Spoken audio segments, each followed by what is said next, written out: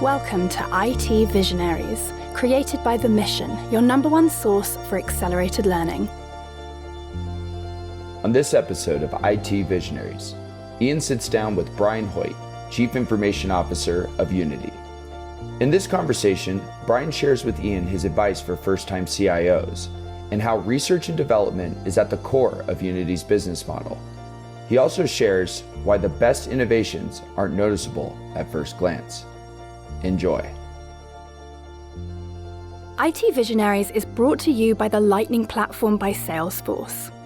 The Lightning Platform is a leading cloud platform that makes building AI-powered apps faster and easier. With Salesforce, now everyone is empowered to build apps for their organization. Learn more at salesforce.com/buildapps. Welcome to another episode of IT Visionaries. We have Brian Hoyt, CIO of Unity, in studio, sitting across from me. Brian, what's going on? Oh, having a good time here. Looking forward to some questions and a good discussion. I'm not sure if I'm an AT visionary, though. That seems a little bit premature. But Oh, sure. We look out into the future. I feel like, we're all visionaries. The only thing you can't do is put visionary on your Twitter, because then you look like a weirdo. Right, yeah, that's true. So super excited to talk to you. You have some unique challenges and some kind of unique fun things with your role at Unity. Kind of share just like the scope of your responsibilities and the job that you kind of took on a year ago. Yeah, sure. I think, businesses get to a point when they've scaled at a place where they really need to centralize some more of the technology operations and how they instrument their business with systems and actually a lot of processes too that we work on in IT. So my role is really, there's 3 teams that I kind of manage. One is a sort of data warehousing team, an enterprise data warehouse. And then another one is sort of the business systems. That's, ERP or CRM, sort of the traditional stack of tools that we use to operate a business. And then the corporate IT and infrastructure, Wi-Fi, sort of boring things, but the things that are sort of the oxygen of the company that keep things moving. So it's really those three items. That's what I spend my time on. So how big is your team? How big of what's the support that you're looking at across Unity? Sure. So I think I've got probably right around 75-ish, all in people in my team, pretty much divided between San Francisco and then Copenhagen, which is our roots of the company was born in Copenhagen. So I think about half my team is there and probably half in San Francisco.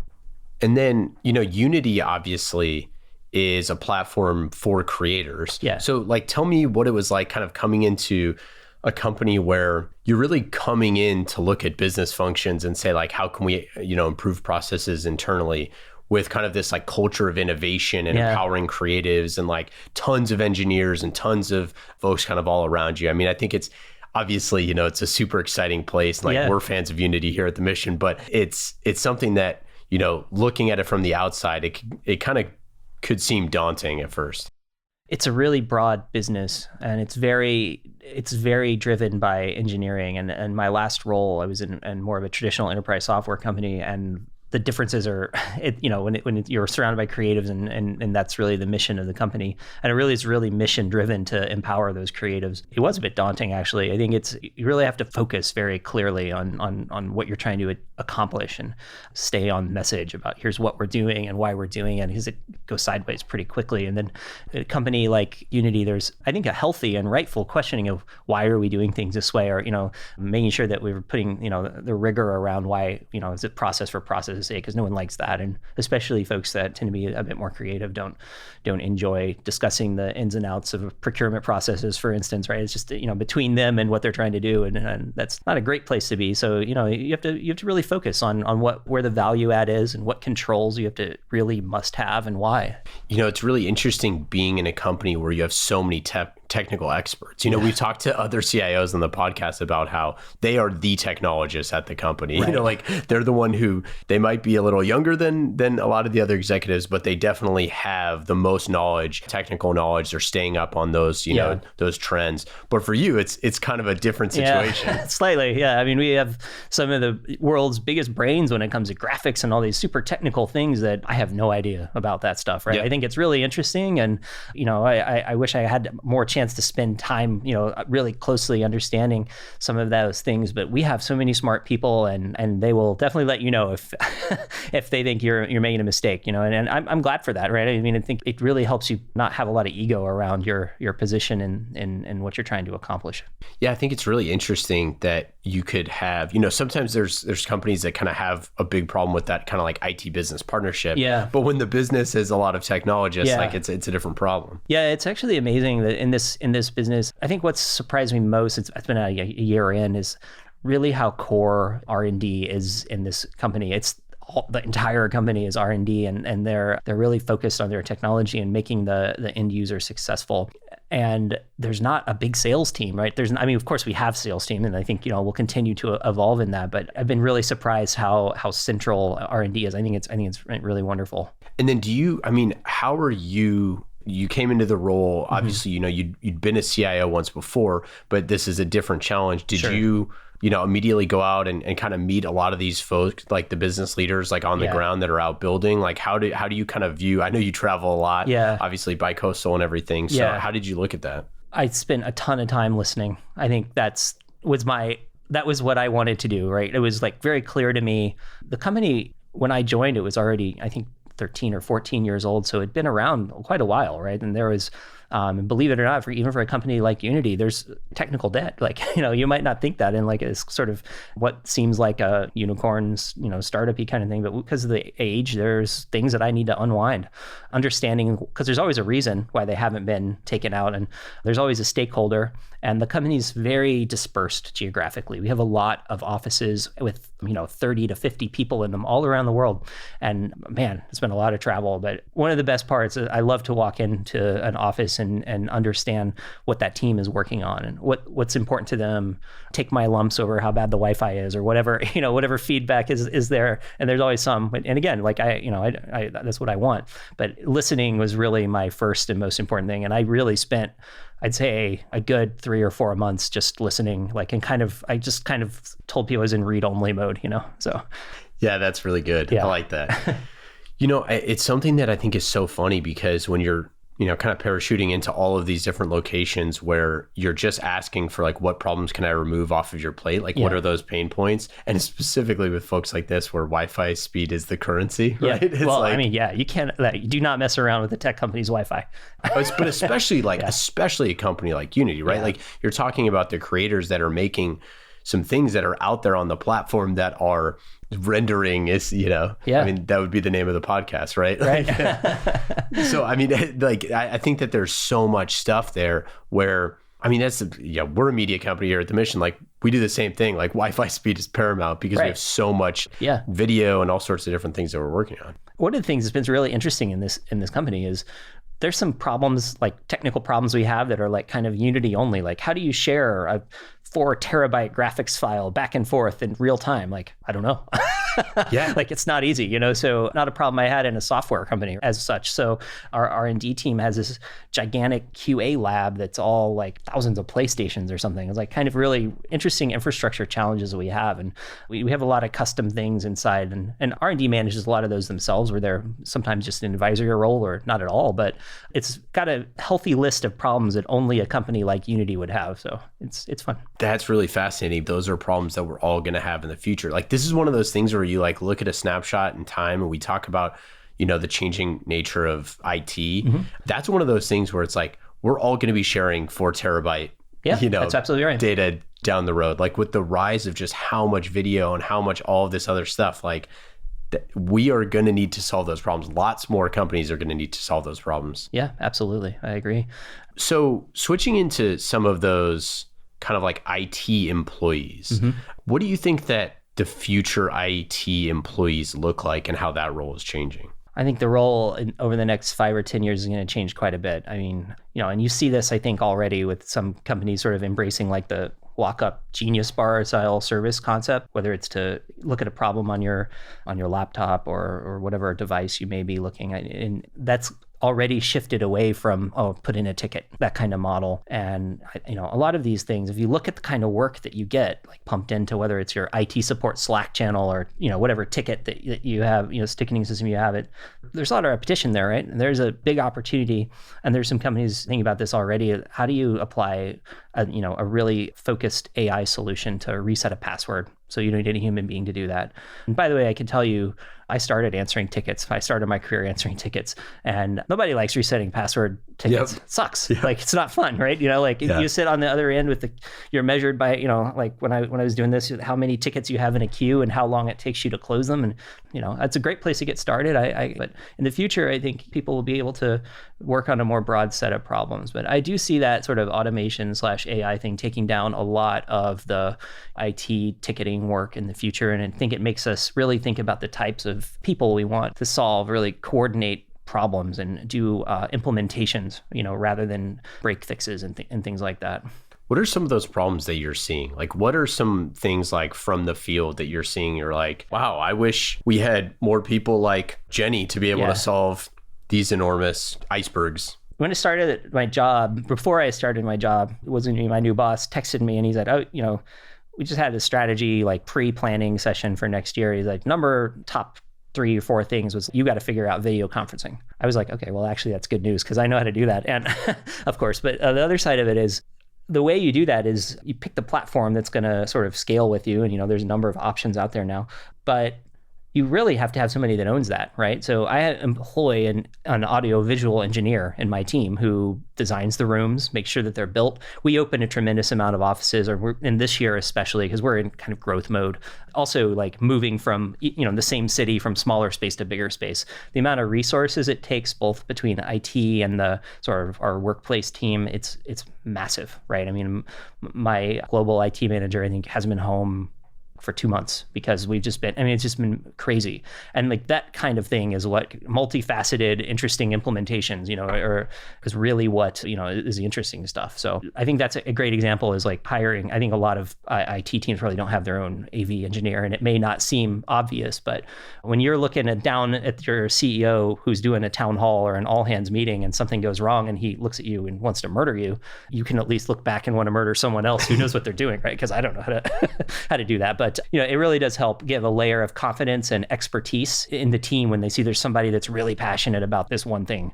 So yeah, I mean, I think it's like, in marketing 20 years ago, we didn't think that we were going to need to have like writers and podcasters or things like that. Like, you didn't think that you were going to have to build, mini media companies within your marketing department. Same sort of thing. Like, you didn't think, IT didn't think that you're going to need to build video experts, but now it's the standard. The standard is having streaming with no issues, and I can see their face in real time because we're in 50 cities or whatever. And HD.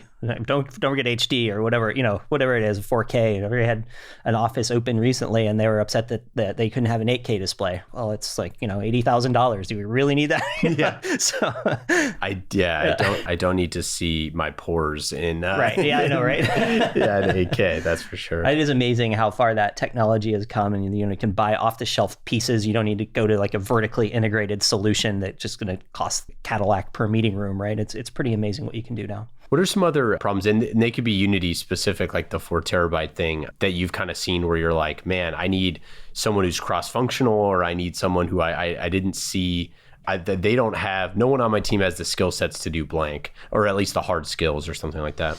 I've been I wouldn't say I find myself in that position. I maybe need more of them. I think I moved pretty quickly to bring in people that I knew were the right people when I came in. I think I started last October. I spent most of the rest of the year kind of on my listening tour. And then right around the new year, I made a move on some senior people in my organization, and they hit the ground just running and, hit the accelerator. So we've done a lot. We've done a lot, really. The interesting thing that's sort of Unity specific is that we kind of have of course we have our core product, the editor that we sell. We have also this large, media and ads business, right, that we have. Obviously, those business models are wildly different. Yeah. Right. So I kind of underestimated how complex that could be, to be honest. And I think we're just now like getting to a place where we're digesting how both businesses work in a level of detail, and which I think is the most important thing for me, especially, is to understand understand the business, fundamentally how it works, how we engage with our customers and on both sides.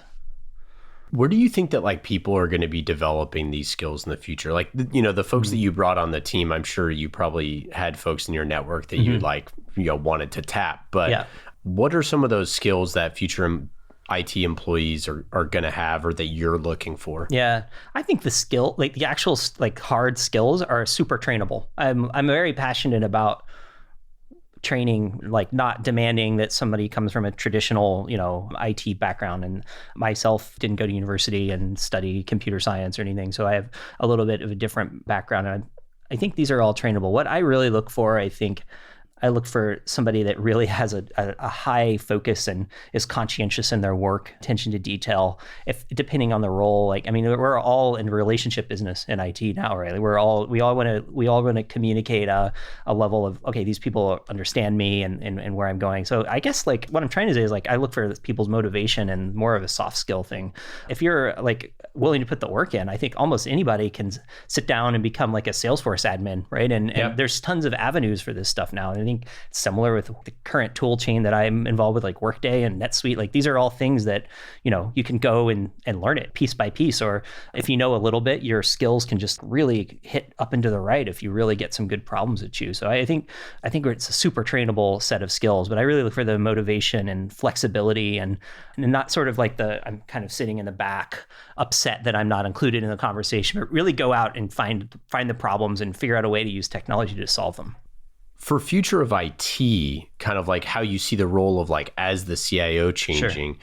What's your kind of like business breakdown of like working internal versus working with customers? And then like, how do you see that changing as being a CIO? Because I think what we're seeing is like a lot of the innovative CIOs or CTOs, depending on how orgs are structured. Right, yeah. But they're kind of starting to see this shift where it's like, hey, we're working with customers and therefore we can serve business better. Mm-hmm. How do you kind of see that role changing for yourself? I think it depends on the company, right? I think in my case specifically at Unity, our buyer is not a CIO, right? Like almost, that might change in the future as we think about sort of more industrial applications of our product. And I really enjoy that part of it. When I was at App Dynamics before this, I got to spend time with customers, really enjoyed that. I mean, there's a huge shift. I think that the expectation that the CIO is out there leading the charge in sales. I think there's a lot of CIOs that spend 99% of their time talking to customers, and I think they're happy doing that because it's a hard job, but maybe they got a strong VP or something that's running the day-to-day of the operations. For me, I spend almost all my time in internally focused right now. I expect that to change in the future, but I know a lot of CIOs that spend 90% of their time talking to customers. What about kind of like internally on your team and kind of driving innovation and all that? See, like, and with Unity, you have such an innovative company in general. So it seems like there's obviously and tons of effort on R&D. In terms of like IT innovation, the internal processes, which might not be as sexy or as fun, right. Yeah. I mean, usually my goal is like the innovation wise is like, I don't really want it to be noticed, right? I don't want anyone to notice their laptop, and I don't want any friction in the work. So what I focus on is trying to take that friction out and make people more productive when I think about that. And I think we've done some interesting things with that. A lot of, like how your laptop gets sort of automated when you builds itself rather than having to have a human being like provision a laptop per employee per new starter, right? So sort of building an automation environment with that I think is pretty cool. And we can ship a laptop to an employee anywhere in the world and they open it up and it just says, well, welcome to Unity. It sucks down the entire profile and they're hit the ground running. Oh, that's really cool. I mean, maybe it doesn't even earn the word innovation compared to some of the interesting products and things. No, that's great. Yeah. But, it's focusing on trying to take that friction out. We do a lot of interesting work. I think Slack has been a really interesting thing, right, for businesses. And I didn't understand it at first. Wasn't a fan because the last thing any of us want is another chat tool in our business, right? But the IT support channel that we have in Slack where people say, hey, I'm having a problem, come help me right now. It's, first of all, it sets the expectation that somebody's actually listening, right? Totally. Paying attention and that they'll come and help right now. But interestingly, all those things actually happen. And it happened without me deciding to do it. It happened from somebody probably in my team starting the channel and a user saying, I need a mouse, right? And then one showed up on their desk. So, and I was not sure at first because how do you then say, oh, well, our work is, we've done this many more tickets, because it doesn't translate to that old because it's not a ticket. Right, right. So, I think that's an interesting thing. And I thought it was going to crash and burn. I was sure it was a recipe for disaster, but it didn't. My team loves it. The management loves it because it does give that perception of real-time feedback. I look on there and I can just kind of do a smell test. Like I know I can tell you, just every day when I look at it, our VPN sucks because there's a lot of issues with the VPN. So I kind of like that, and it does show people that you're on top of things. It's not just like, go put in a ticket. Yeah. It's pretty remarkable, like with that type of stuff, and obviously with advances of just transparency technology, for lack of a better word. Right. And it doesn't have to be Slack. It could be whatever you use, but you get But the idea that like those type of things, and then, you have whatever bot crawl all of that and say like, hey, turns out VPN shows up 75 times every month, or whatever it is. Speaking of Slack, I was at their headquarters not too long ago, and they just have a vending machine with like laptops and mouse and keyboards and all that sort of stuff. I've tried this, and I think it is cool. And it's one of those like, it's a nice billboard for IT, right? When I put one of those in before, people, it was branded and looked kind of cool, and people were like, oh, it's pretty interesting. And I remember the time my boss, who was a CFO, was like, this is like, people are just going to take all the keyboards and put them on eBay. And I was like, well, they didn't. It turns out we hired them all. We have a good hiring process. Yeah, it's like, what if you train people and they leave, and then it's like, well, what if we don't and they stay, sort of thing? Right. Yeah, always better to trust the employee. What's your advice for a first-time CIO? In my last role, I got promoted to CIO internally, and now I've came in at that level, and the experiences have been very different. I could tell you, I don't know. I think you got to listen, right? Like, if you've gotten promoted internally, you likely know everything that's going on already, right? And I think you're obviously we're doing something right. Keep doing it. I think it might be a little squishy especially if you were like a VP of IT, and then you got, what does that really mean? The difference. So I think make sure that's clear, right? I mean, that you expect to do different things now that you have a different title, not just, a better version of yourself. I think, maybe that's the customer engagement. I think that's really important. If you could pitch that internally, spend more time with customers, this title, it's something that we can all, there is definitely like a camaraderie amongst those of us who are CIOs. We are pretty good contact, especially here in the Bay Area. Maybe that's it. And I guess if you're a first-time CIO, my experience was that people were not sure what to make of you at first because they never had a CIO, and what the title implies, like a very high level of seniority, and I felt sometimes like handled a little more carefully, which I thought was very interesting. Didn't last too long, right? in a good way. I don't want to feel handled and like that. I want to be pretty easy to deal with. So yeah, I guess you got to listen a lot, right? And pay attention. Walk through the building and look for things that don't look right? See a server under the desk, lose your mind and say, why is there? So what technology are you most excited about going forward? I'm really excited about whatever the next generation of billionaires are going to probably be made by AI-based business systems, right? Like something that's really, Salesforce has done great work innovating, but at their core, there's still a big database with a really nifty front end. Whoever invents the CRM that's AI-powered at its very core, I'm very excited to the next iteration of financial systems. Like, I think it could be really interesting. And can we evolve that past like the rules-based kind of thing we have now to add a little more layer of value and give accountants a little more freedom in what they do. So it's a highly process-based job, and I think it's rife for some interesting innovation there. So really this next generation of business systems, and I can't think of any off the top of my head that I'm specifically excited about company-wise, but I'm paying attention to what's coming out of venture-backed things now and what's going to be next.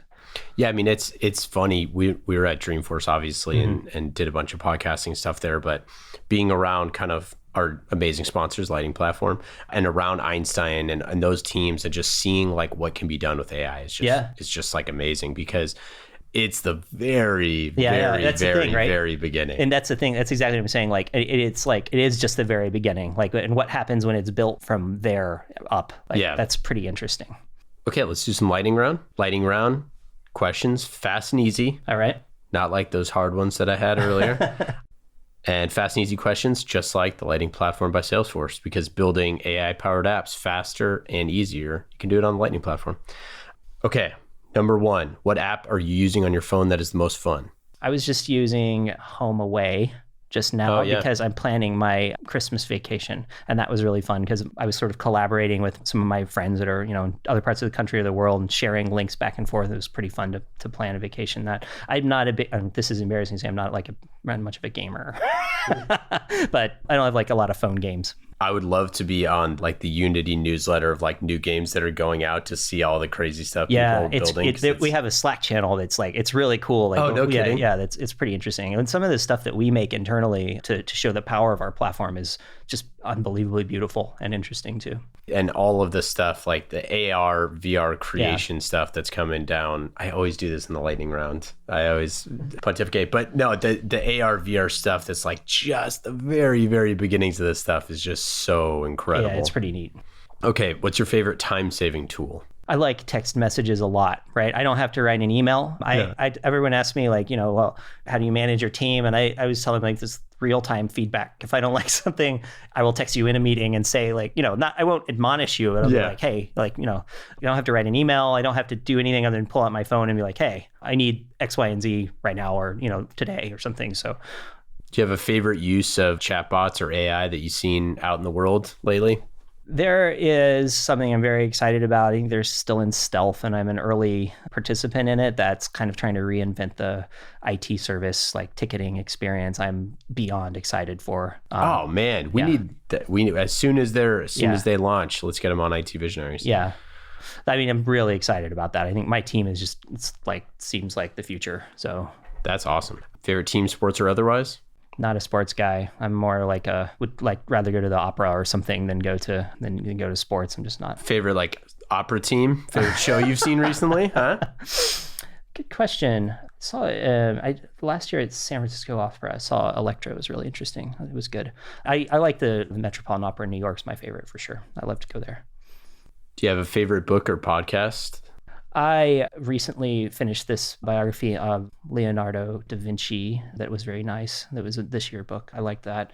I don't listen to podcasts that much, but I do really like to read. I'm attempting to keep up with Bill Gates and his books and read all the ones that he does because I figure he's probably busier than me, but I'm not doing a very good job, to be honest. Favorite one-day getaway in the New York area? I love South Brooklyn. It's very not much has changed. I think maybe a little bit. And there's some great pizza places. My wife and I like to go down to Coney Island and Brighton Beach. It's kind of a unique part of the world and it's a very New York experience. You did Salesforce support for a few years, right? Started in Siebel support. And I did Salesforce implementations. I sort of moved on to that world. So I'm pretty fluent in the Salesforce world. Do you have a favorite Dreamforce moment ever? I haven't been in a few years, to be honest, but I used to love this session that Parker always did where he stood up there and everyone in the room just basically said why can't you fix the basic things and why do you keep adding on this other stuff that no one cares about? And he was just such a good sport about it. Yeah. And just everyone basically was throwing rotten eggs at the guy. And one year is he walked in and there was just a big bucket of beers. He's I just want you guys to calm down this year. Just take the beers. Oh, that's so funny. It was fun. I know it's been a while ago. It was always my favorite session. I haven't been back in a couple of years just scheduling reasons, but yeah. Okay, last question. Mm-hmm. What would be your advice to someone who wants to be a CIO someday? I think you got to be pretty focused. Pay attention to where you can add value and what the next generation, there's a whole, a new generation of people that are coming up, as we know, the population, and they'll all be the business leaders of tomorrow. And pay attention to how you think you would do it differently and have a strong opinion on that, right? I think if you're waiting for the seat to open up, maybe look elsewhere too. I think you have to have a great deal of self-confidence and pretty thick skin. It's a tough job if you feel like you're going to take regular beatings about things that aren't your fault or that you can't do anything about, and have crazy unrealistic expectations, because in some cases the state of technology is just that it's not going to be easy. There's going to be friction, and they still take too long. If I want to change fundamentally a technical process that we're doing, it still takes a long time, right? It still takes a couple months, not a couple weeks in some cases. But 10 years ago, it took 3 years. So the beatings will continue until morale improves. Yeah, right? Absolutely. All right, that's it for the lightning round. You can go to salesforce.com/build apps to learn more about the platform. Thanks so much for hanging out today. Anything else? Any final thoughts? No, I think it was a great time. And remember, if your Wi-Fi doesn't work, can't go anywhere beyond that level, right? So everyone focus on your Wi-Fi. Yeah. Love it. Yeah. Thanks so much, Brian. Yeah, thank you.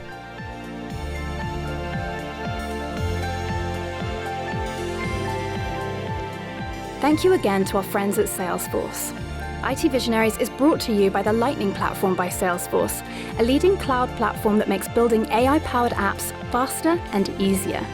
With Salesforce, now everyone can build apps for their organization. Learn more at salesforce.com/buildapps.